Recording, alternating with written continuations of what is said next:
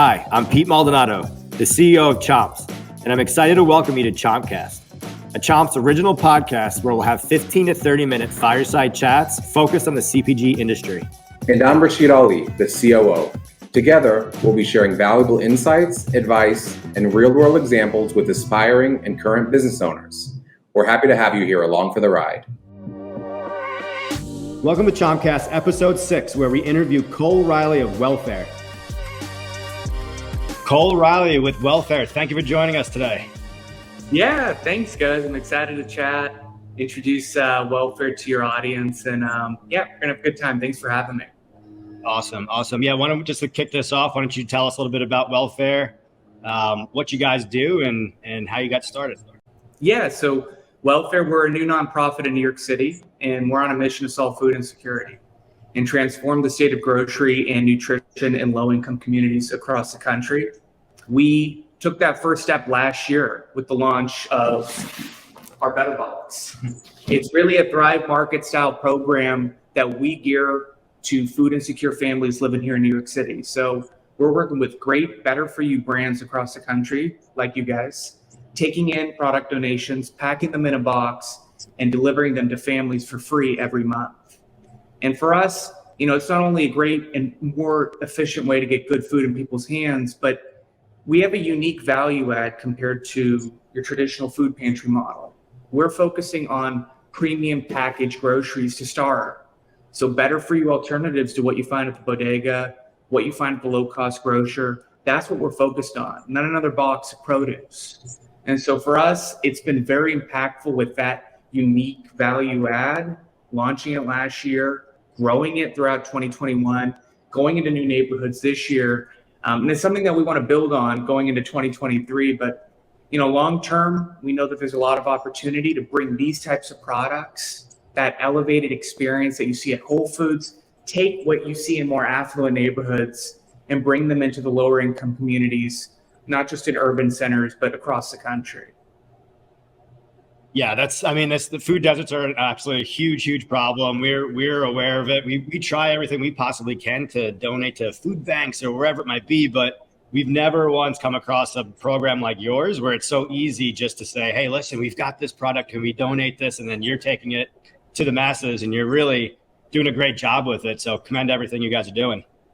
And also, Cole, at the end of the day, also just creating awareness. I think a lot of folks live in a bubble and they're not even aware of it, right? We have access to Whole Foods and Trader Joe's and these retailers. And I think at the end of the day, unless you actually spent time there, are connected with the right organizations, it's not even something that's front of mind. So thank you for finding that gap and doing your part to try to do good at the end of the day. No, I appreciate it. And, back to that produce focus and really overall, this Feeding America food bank model, it's inefficient, it's ineffective. There's still a reason why there's 40 to 50 million Americans that aren't just going to pantries, but are also still on food stamps, that are eating the worst of the worst products. It's a generational problem, and there needs to be a new model, a new approach.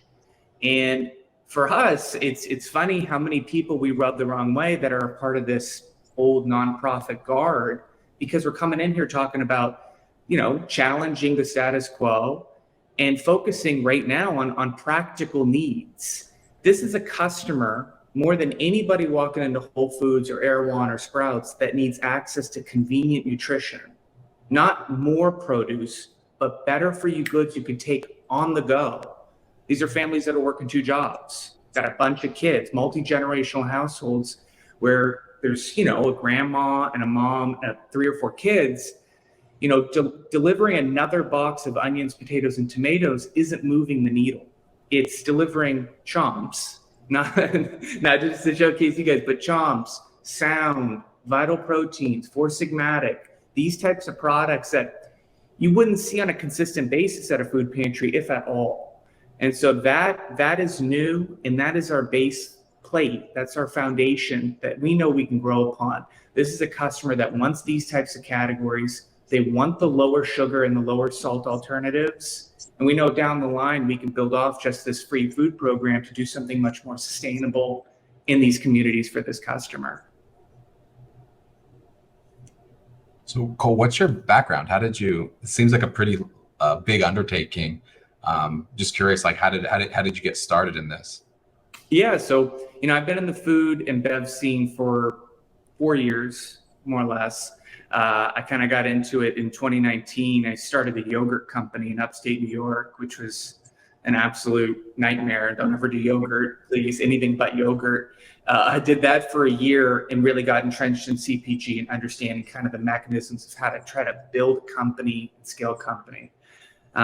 In 2020, I made this pivot away from yogurt, very unsustainable, and I was trying to build an e-commerce marketplace with a lot of up and coming better for you brands around New York.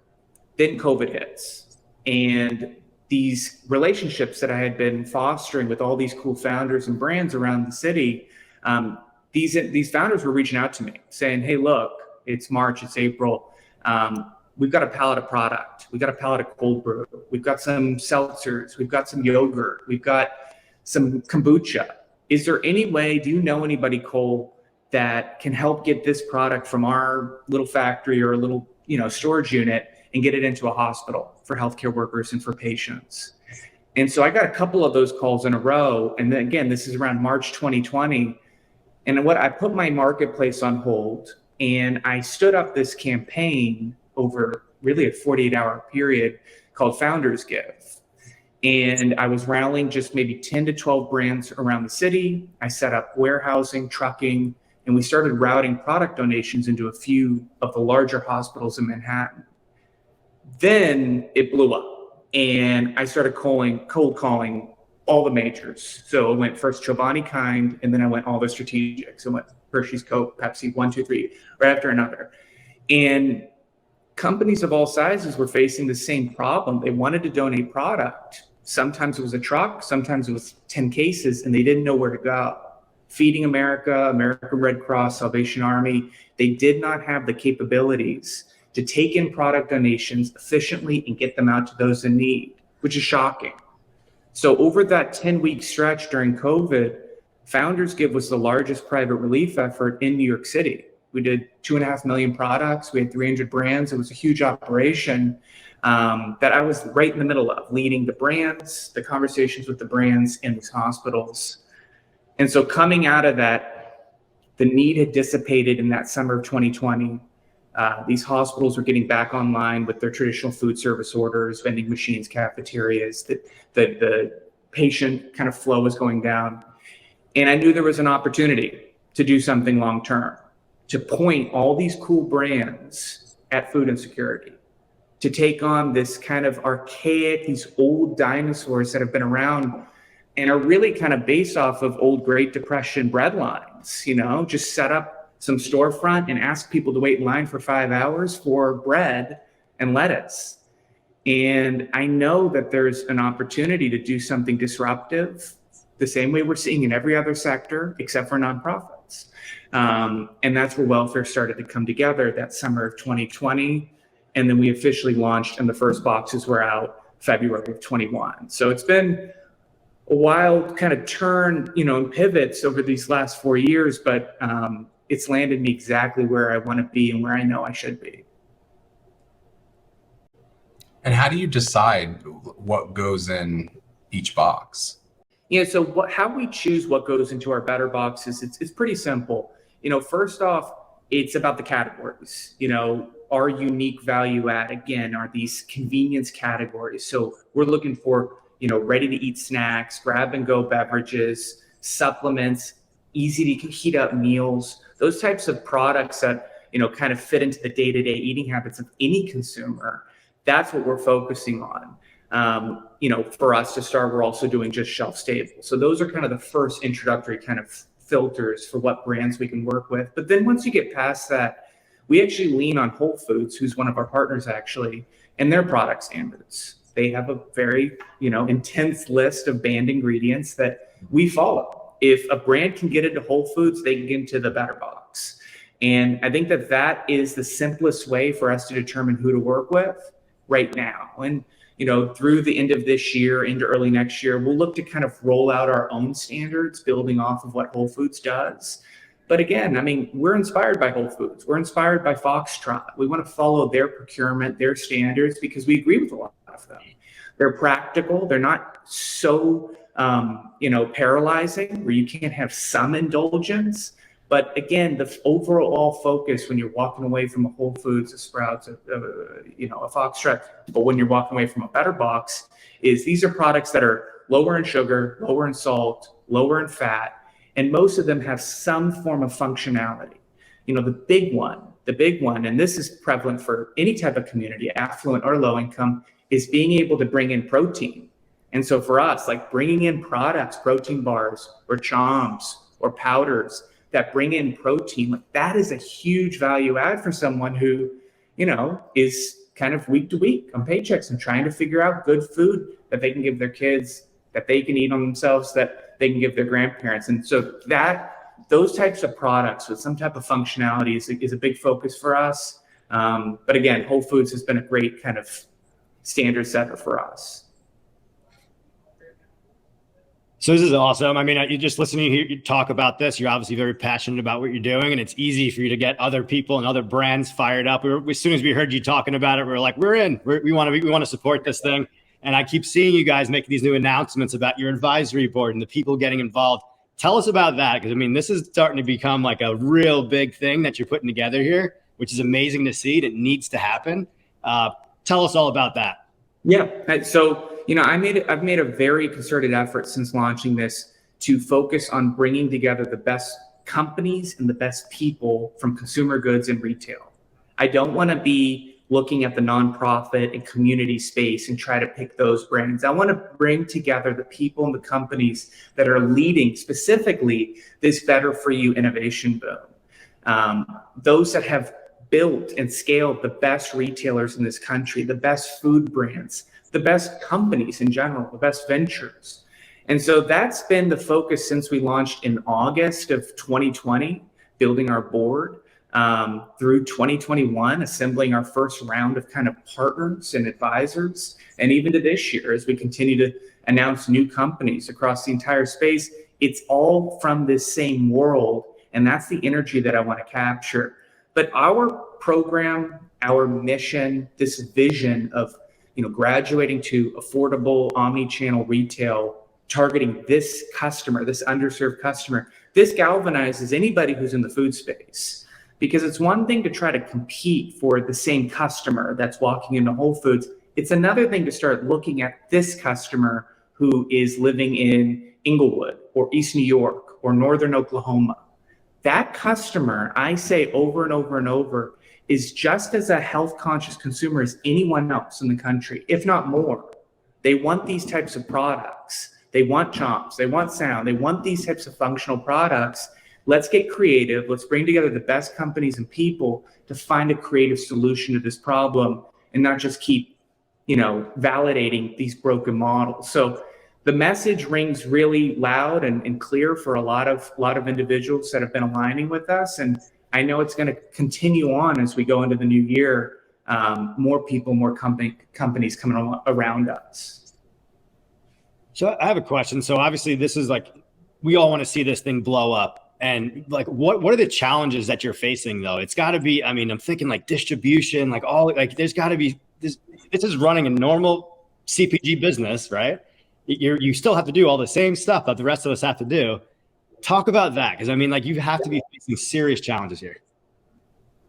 I think the 501c3 nonprofit model gives us so many unique advantages compared to a traditional for-profit venture-backed company, but so many disadvantages.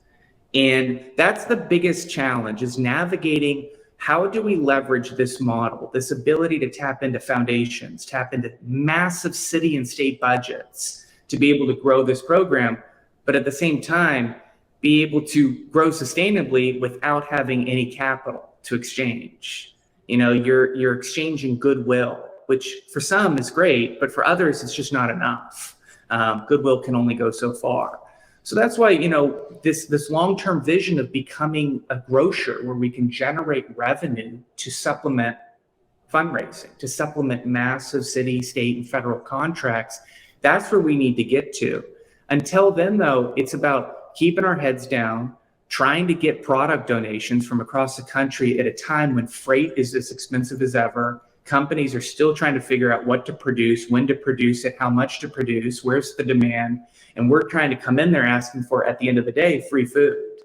So keeping our heads down, trying to fundraise every dollar that we can, getting the product in, continuing to value the customer more than anything, and get us over that hump. I think that we're essentially in that, post-seed phase. We're in that range where we just got to prove the concept for 2 years and just survive. And then on the other side, there's hopefully some, green rolling hills that we can, grow off of. That's where we're at. It's just survive, do not fall apart.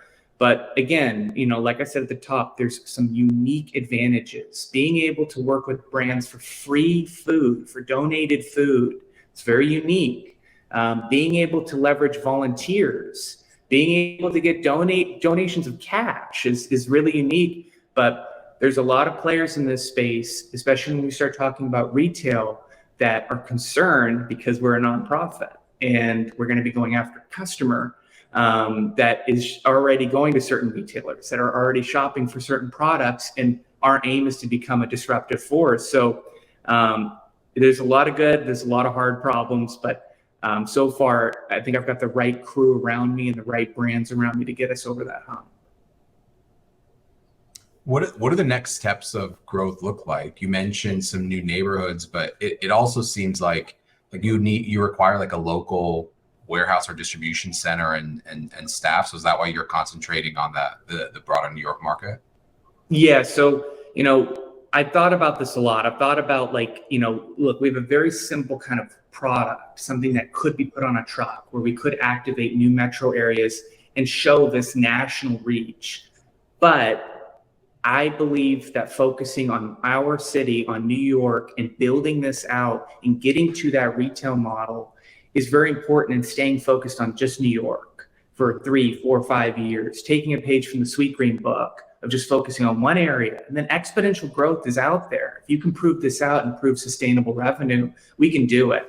Right now, I would say, kind of going back to those challenges, it's definitely our warehousing. We are handling a massive amount of product. We have to kind of run a big fulfillment, every month, every 2 weeks, every month. And so getting more ownership over our ops is probably the biggest kind of milestone I'm looking towards by Q4. We operate out of a 3PL right now in Queens, where we're tiptoeing around other clients, and we only have so much control over the flow of product in, product out. I want my own space. I want my own 20,000 square feet that we own, that allows us to turn a variable into a fixed, that allows us to scale and bring that cost per box down, bring in more corporate teams, more volunteers to pack more boxes more consistently. So getting to that point of our own space is going to be a huge step for us. It's going to simplify a lot of what we're doing right now. And then we can, again, just stay focused on more communities, more families, better products. We're also starting to pick up product in the broader kind of tri-state area, booking LTLs to pick up 10 pallets of vitamin water. So more trucks, more product, but the warehouse is the biggest need. It's the biggest line item. And it's what kind of powers our entire operation. So if folks want to donate boxes or product, or even brands want to get involved, how do they go about doing that? Yeah. So, everything that we do with the product, it's one-on-one with brands. I don't even work with retailers. I'm even a little hesitant to work with distributors because it's just a mess. These big mixed pallets of random product. I really value the one-on-one relationship with the brand. We don't work with, we don't accept like soup drives and those types of things. Again, incredibly inefficient, typically way past expired product. It's more of the same from the food pantry world. So, working with brands, whether we're identifying and reaching out or a brand reaches out to us, it's very simple. It's having a conversation, understanding kind of a company's production kind of cycle, understanding how much is usually available. Are they currently liquidating that product? Do they usually toss it? Do those SKUs even make sense for our box? So it really starts with just having a conversation. And it's usually myself and the founder, myself and the head of ops, head of marketing, and talking about creating some type of, customized partnership where we're able to deliver good food to those in need, make a maximum impact and avoid food waste, and galvanize a brand's customer so that they feel like they're a part of the journey as well. So it's all about brands for us, and it all starts with that call. Yes, I think, brands like ours, obviously, like you said, you need brands like us to continue, continue going and keep it on trucking, proving out the concept. We're behind you. We're rooting you on the whole way. We'll do whatever we possibly can. Imagine, if I'm a listener, I hear this, I've only got 10, 20, 50, $100. I want to donate. What can you do with that? Can I donate to you guys? And what kind of impact do you have? Totally. So, what we have on our website is a very simple conversion of how much does it cost to deliver one box all in. And for us, it's $10. So $10 to get a box of around $200 worth of better for you goods to a family in need. That's all it is. And I've got so many people that are fans of the brands that we work with, people that are volunteers, just people across the country that make that $10 monthly donation that really does kind of go towards those operations costs, towards our warehousing, product storage, product fulfillment, the cost of the cardboard, the whole deal. That's the easiest way to make an impact and kind of help us get to that next stage and help get good food to a family in need, over $200 worth of goods. So, a lot of individuals really, gravitate towards that $10 monthly subscription in a sense. And you just feel great. You see that $10 charge on your bill. It's like, boom, Better Box just went out the door. And it's not just, a meal, like a Feeding America meal, whatever that means. It's $250 of chomps, of, vitamin waters, of Vital Proteins bars, La Colombe, really good food for families and for kids and for senior citizens that need it. Yeah, I mean, there's no reason that, not everyone can't eat the right way. I think, I grew up in Des Moines, Iowa, and my mom shopped at Hy-Vee, and we're eating bologna sandwiches. And it just at the end of the day, it's we're educated now and we know that there's the right things to put in our body and there's long-term effects if you don't put the right stuff in. So it's awesome that you're, you can wake up every day and know that you're doing something good. But also know, I'm sure it's been a stressful, rocky ride, especially the last several months. Yeah, totally. Because we're going up against, again, these big players in this nonprofit scene that control a lot of product that have been reaching this customer for the past 50, 60 years. And we want to come in there and shake things up.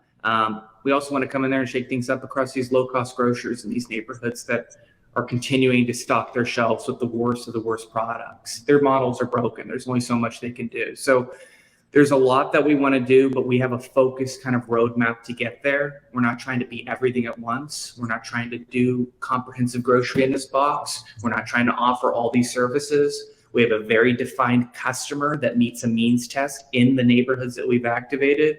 So I think that's the biggest kind of thing for us is staying focused. It's a huge problem. It's the biggest customer base in the country.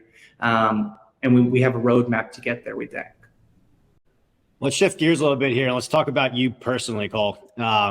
So you're obviously very busy. You're slammed doing what you're doing here, growing Wellfare. What do you do? You get a week off, though. What do you do? Yeah, I mean, I haven't taken a week off since launching. If I got a week off, I'd probably go down to Miami with my wife and hang out on South Beach for a week. I think that would be really cool. I'm at the mode right now where I'm putting in probably at least 100 hours a week. It's a full-time obsession, which is, I think, not foreign for anybody who runs a company, whether it's, day one or year 10. It's on your mind. You're in the shower, you're thinking up new ideas, it's nonstop.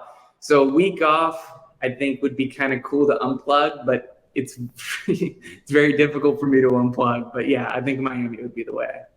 Yeah, you're preaching to the choir, man. It's when you're doing what you love, what you're passionate about, you just obsess over it. You can't stop thinking about it.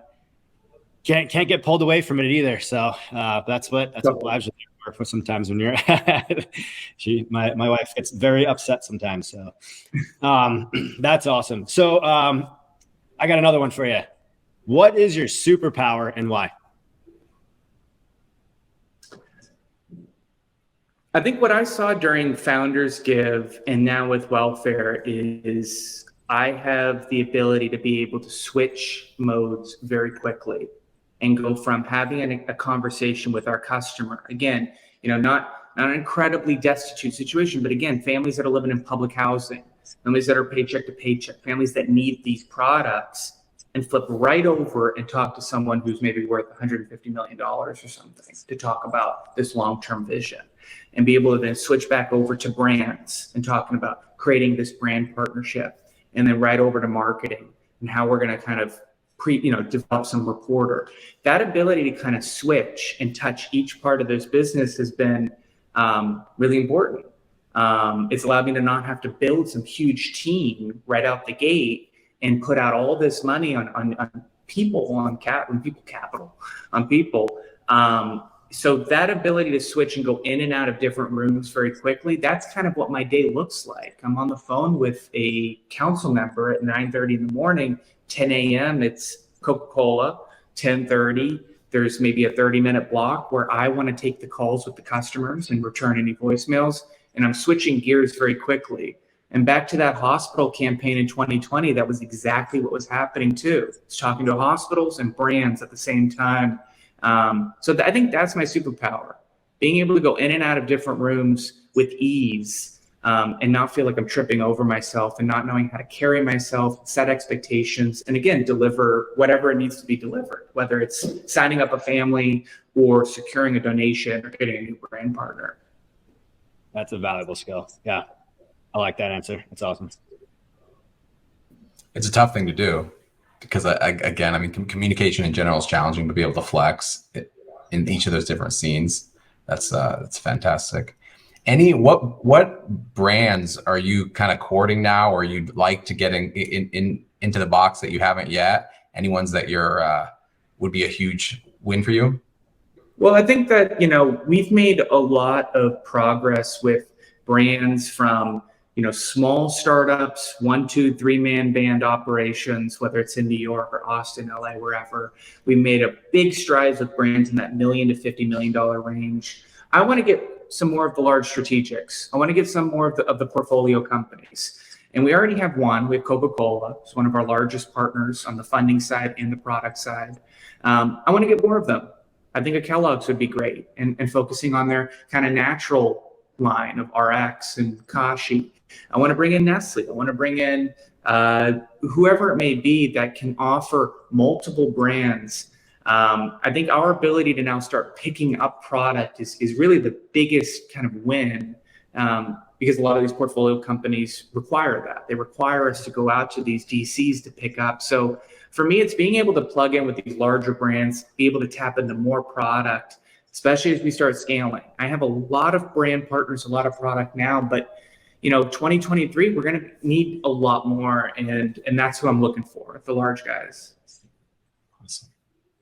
Cole, so can you tell the listeners, where are your outposts located, if they want to find you, and then also on social media? Yeah, definitely. So, Wellfare right now is operational in 2 neighborhoods. We're in North Brooklyn and we're in East Harlem. And we have almost 1,000 subscribing families every month. And we look to really scale that quite a lot, quite significantly by the end of this year and into 2023. Again, focusing on probably those 2 neighborhoods, East Harlem, Central Harlem, North Brooklyn. Those 2 areas are going to be our focus for the foreseeable future. But right now, online, we have a presence. We're on Instagram, at Wellfare.org, at Wellfare.org, or right on our website, Wellfare.org. And again, Wellfare with 2 L's. So going online, going on Instagram, seeing the types of folks that we're bringing together on the ground, like volunteers, corporate teams, brands, the products that we're delivering, and at the end of the day, the member and the customer that we're getting this good food to. It's all online, it's all on Instagram, and it's all on our website. Awesome. Well, thank you so much for your time and what you're doing and doing your part to really help solve this challenging food situation. So we appreciate everything you do. Yeah, appreciate it. Thanks, guys, for having me. Thanks, Cole. All right. Appreciate it, man.